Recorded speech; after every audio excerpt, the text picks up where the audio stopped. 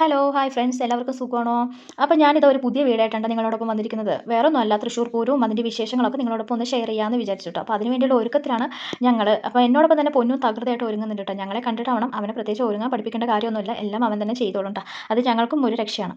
അപ്പോൾ ഇത്തവണ പൂരത്തിന് പോണത് ഞാനും അനിയത്തിയും ഞങ്ങളൊരു കൂട്ടുകാരി ശാന്തിയും പിന്നെ ഞങ്ങളുടെ മുത്തുമണിയും കൂടിയിട്ടാണ് കേട്ടോ. എൻ്റെ ഹസ്ബൻഡിനും അനിയത്തിൻ്റെ ഹസ്ബൻഡിനൊക്കെ ജോലിയുടെ തിരക്ക് കാരണം ഇത്തവണ പൂരത്തിന് വരാനായിട്ട് പറ്റിയില്ല കേട്ടോ. അപ്പോൾ ഞങ്ങളോട് പോയി എൻജോയ് ചെയ്യാനാണ് കേട്ടോ പറഞ്ഞത്. അപ്പോൾ ഞങ്ങളെ തൃശ്ശൂർ കൊണ്ടാക്കിയത് ശാന്തിയുടെ ഹസ്ബൻഡാണ് കേട്ടോ. പുള്ളിയുടെ ഓട്ടോയിലാണ് ഞങ്ങൾ പോയത് കേട്ടോ. അവിടെ ചെന്നപ്പോൾ അതേ എനിക്ക് വലിയൊരു സന്തോഷം ഉണ്ടായിട്ട് അതേണ്ട എൻ്റെ കൃഷ്ണൻ നിൽക്കുന്നത് കേട്ടോ. അപ്പോൾ കൃഷ്ണൻ എന്ന് പറഞ്ഞാൽ എനിക്ക് പറയുകയാണെങ്കിൽ ഒരുപാട് പറയാനുണ്ട് കേട്ടോ. ഞാനും കൃഷ്ണനും തമ്മിലുള്ള ആത്മബന്ധം, ഞാൻ എല്ലാ മാസവും ഞാൻ ഗുരുവായൂർ പോകുന്നുണ്ട്. അപ്പോൾ അതൊക്കെ ഞാൻ പിന്നീട് വേറൊരു വീഡിയോയിൽ പറയാം. ഇപ്പോൾ നമുക്ക് തൃശ്ശൂർ പൂരത്തിൻ്റെ കാര്യത്തിലോട്ട് നമുക്ക് മടങ്ങി വരാം കേട്ടോ. അങ്ങനെ അവിടെ നിന്ന് ഫോട്ടോ ഒക്കെ എടുത്ത ശേഷം നമ്മൾ ഇതേ ഓരോ കാഴ്ചകളൊക്കെ കണ്ടു പോകണ്ട. അപ്പോൾ നല്ല വെയിലാണ്. അപ്പോൾ ചിലരൊക്കെ കുട എടുത്തിട്ടുണ്ട്.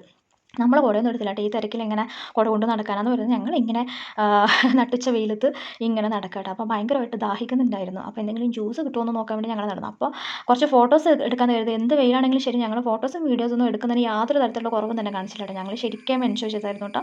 എല്ലാവരും ഭയങ്കര സന്തോഷത്തിലായിരുന്നു. അങ്ങനെ ഫോട്ടോസൊക്കെ എടുത്തു കഴിഞ്ഞ ശേഷം ഞങ്ങൾ കുറച്ച് വെള്ളം കിട്ടുമോ നോക്കി നടന്നു. അപ്പോഴുണ്ട് അവിടെ സംഭാര വിതരണം കണ്ടു കേട്ടോ. അപ്പോൾ അവിടെ നിന്നിട്ട് എല്ലാവരും മദ്യപോളം നന്നായിട്ട് വയറ് നിറച്ച് സംഭാരം കുടിച്ചു കേട്ടോ. നല്ല ടേസ്റ്റ് ഉണ്ടായിരുന്നു കേട്ടോ സംഭാരത്തിന്.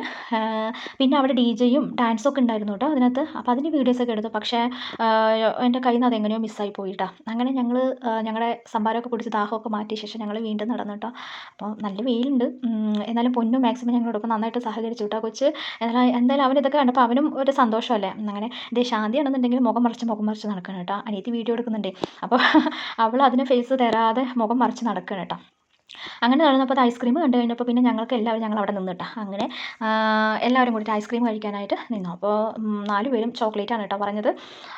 ഒരെണ്ണത്തിന് 40 രൂപ. പക്ഷേ 40 രൂപയ്ക്കുള്ള ക്വാണ്ടിറ്റി ഒന്നും അതിലുണ്ടായിരുന്നില്ല കേട്ടോ. പിന്നെ പൂരത്തിൻ്റെ അവർക്കും അതൊരു ബിസിനസ് അല്ലേ. അപ്പോൾ നമ്മൾ അതും വാങ്ങിച്ച് കഴിച്ച് കുറച്ച് ഫോട്ടോസൊക്കെ എടുത്ത് നടന്ന് നേരെ കളിപ്പാട്ടത്തിൻ്റെ കടയിലോട്ടാണ് പോയത്. അപ്പോൾ കൊച്ചിന് എന്താ വേണ്ടതെന്ന് നോക്കി. അപ്പോൾ അങ്ങനെ നോക്കി പിന്നെ അവന് ഇഷ്ടപ്പെട്ട കളിപ്പാട്ടമൊക്കെ വാങ്ങിച്ചു. അവൻ എന്തായാലും ഹാപ്പി ആയിട്ടാണ്.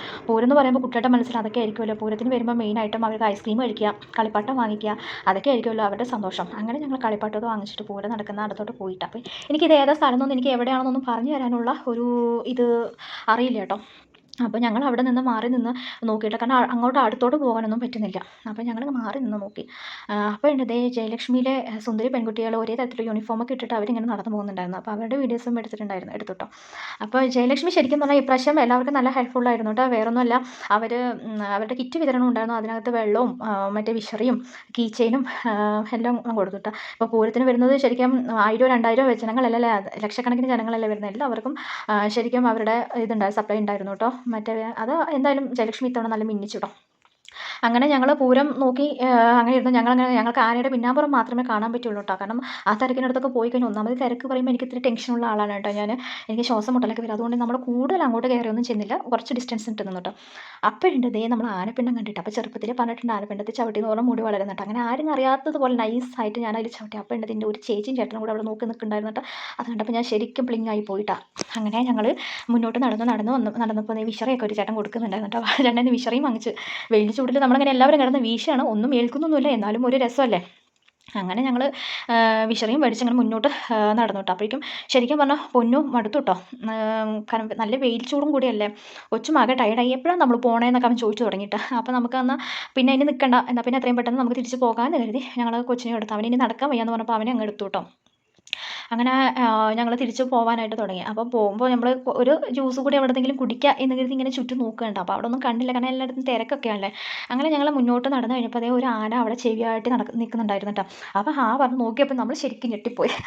അത് ഒറിജിനൽ ആനയല്ലായിരുന്നു കേട്ടോ. അപ്പോൾ നല്ല രസമുണ്ടായിരുന്നു. അപ്പോൾ അതിൻ്റെ കൂടെ നിന്ന് ഫോട്ടോസൊക്കെ എടുക്കാൻ വേണ്ടിയിട്ട് ആളുകൾ ക്യൂലാണ് കേട്ടോ.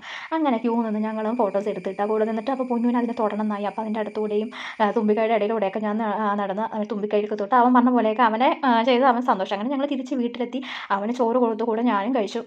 അങ്ങനെ ഞങ്ങളുടെ ഇന്നത്തെ തൃശ്ശൂർ പൂരം, അല്ലെങ്കിൽ ഇത്തവണത്തെ തൃശ്ശൂർ പൂരം ഇവിടെ അവസാനിക്കുകയാണ് കേട്ടോ.